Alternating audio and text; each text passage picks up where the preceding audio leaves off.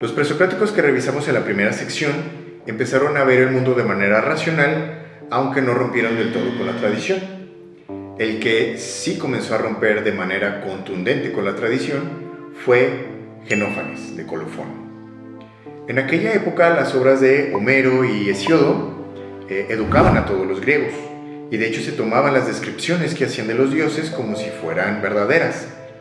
Pero para Genófanes, los dioses que se describían en la Ilíada, en la Odisea, en los trabajos y los días, distaban mucho de ser lo que en verdad es un dios, pues los dioses se comportaban como humanos, amaban, engañaban, odiaban. Eso no es un comportamiento de un dios.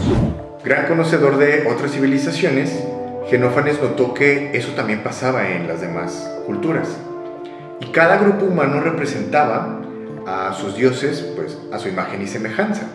Los griegos describían a sus dioses como griegos, los fenicios como fenicios, los egipcios como egipcios, etc. Esto muestra un evidente antropomorfismo. Para Genófanes, el verdadero Dios no es como lo pintan todas las religiones. No tiene una forma humana, de hecho no se mueve, no piensa de la misma manera, no siente como los seres humanos y es eterno. No nace y por lo tanto tampoco muere. Es totalmente diferente a nosotros. Genófanes toma mayor distancia con respecto a la tradición, y hablando de tomar distancia, quienes hacen un giro totalmente de 180 grados son los filósofos que veremos a continuación, que van a empezar a abordar temas más abstractos, ontológicos, metafísicos. Por ejemplo, en Éfeso vivió uno de los filósofos más complejos de su época. Fue apodado el Oscuro, y no por su color de piel, sino por su forma de escribir. Fue prácticamente ignorado por los filósofos contemporáneos. Pero fueron de hecho los filósofos cristianos quienes lo recuperaron, lo rescataron. Y en nuestros últimos 300 años ha tenido más repercusión. Me refiero a Heráclito. Aunque toma a los oráculos como inspiración para expresarse, su forma de ver el mundo comienza a distanciarse de la tradición. Incluso el mismo Heráclito se aisló de su ciudad, viviendo en la naturaleza, solo. Sus reflexiones giran en torno a una cosa que él llama el logos. El logos es una unidad entre el pensamiento y la cosa. Podemos aprender el logos a través de nuestra experiencia. El problema es que las cosas no se presentan tal cual a los sentidos. Un método de pensamiento, por lo tanto, es necesario para poder abrirse paso entre esta oscuridad.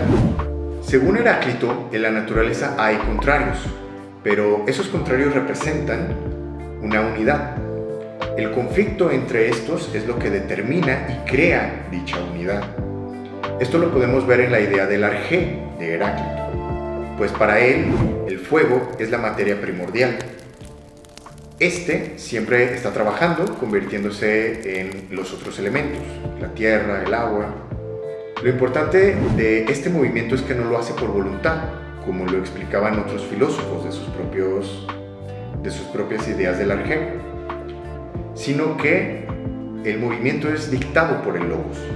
Su filosofía es bastante compleja. Sus aforismos fueron malentendidos desde el inicio. El mismo Platón lo hizo. Esto se debe a la analogía de estos con los juicios hechos por los oráculos, que están abiertos a la interpretación.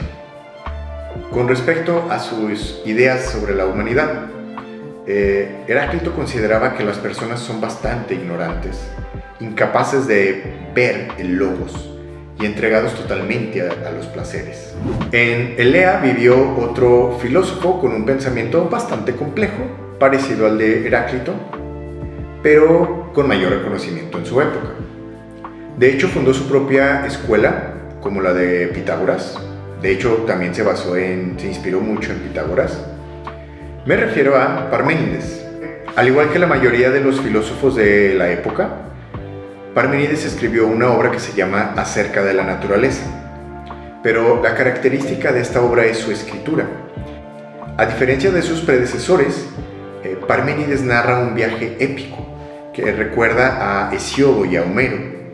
En esta, Parménides es llevado por una diosa a través del camino del conocimiento. La diosa, junto con las hijas del sol, lo llevan de la oscuridad a la luz. Y aquí es donde explica su filosofía. En dicho viaje hay dos caminos, el es y el no es. El primero, evidentemente, nos lleva al conocimiento verdadero, pero el segundo simplemente no existe. El filósofo llega a experimentar el noén, es decir, conocer la verdadera naturaleza de una cosa. Aquí llegamos a lo que muchos consideran una tautología, ya que el ser es lo que es, y además las aparentes dualidades o contrarios no existen, porque el ser es uno, así que no hay pluralidad. La meta del ser humano es aprender lo real, es decir, el ser. Ahí mismo en Elea, un discípulo de Parménides usó las ideas de su maestro, no tanto para defenderlo, sino para demostrar la falsedad de hipótesis comúnmente aceptadas como válidas. Zenón intentó negar la existencia de lo múltiple y del movimiento. Del primero sostenía que la unidad puede ser divisible infinitamente, por lo que no es una unidad tal cual, mientras que el movimiento solamente es una ilusión del desplazamiento de un objeto en el espacio y el tiempo. Son famosas sus aporías, por ejemplo la de Aquiles y la tortuga. La tortuga, tomando cierta ventaja, nunca será alcanzada, pues mientras Aquiles avanza la mitad de la distancia que la tortuga ya recorrió, ésta siempre avanzará un tramo, cada vez más pequeño, pero siempre avanzará un tramo. En términos prácticos, obviamente parece que no tiene sentido, pero estamos moviéndonos en el ámbito de la lógica. Zenón trató de demostrar los errores lógicos de su maestro, pero hubo alguien que lo defendió. De vuelta en Samos, las ideas de Parménides volvieron a la región donde todo empezó, donde surgió la filosofía. Ahí, un almirante que derrotó a los atenienses en el año 441 a.C. siguió las enseñanzas de este. A diferencia de Zenón, Meliso de Samos trató de corregir positivamente las ideas de Parménides. Coinciden en que el ser era, es y será, pero se distinguen en que Meliso pensaba que también en el espacio el ser es indefinido. Esto debido a que si el uno posee dimensiones, deja de ser uno y es limitado. El ser es infinito. Además, el ser es uno, no hay multiplicidad.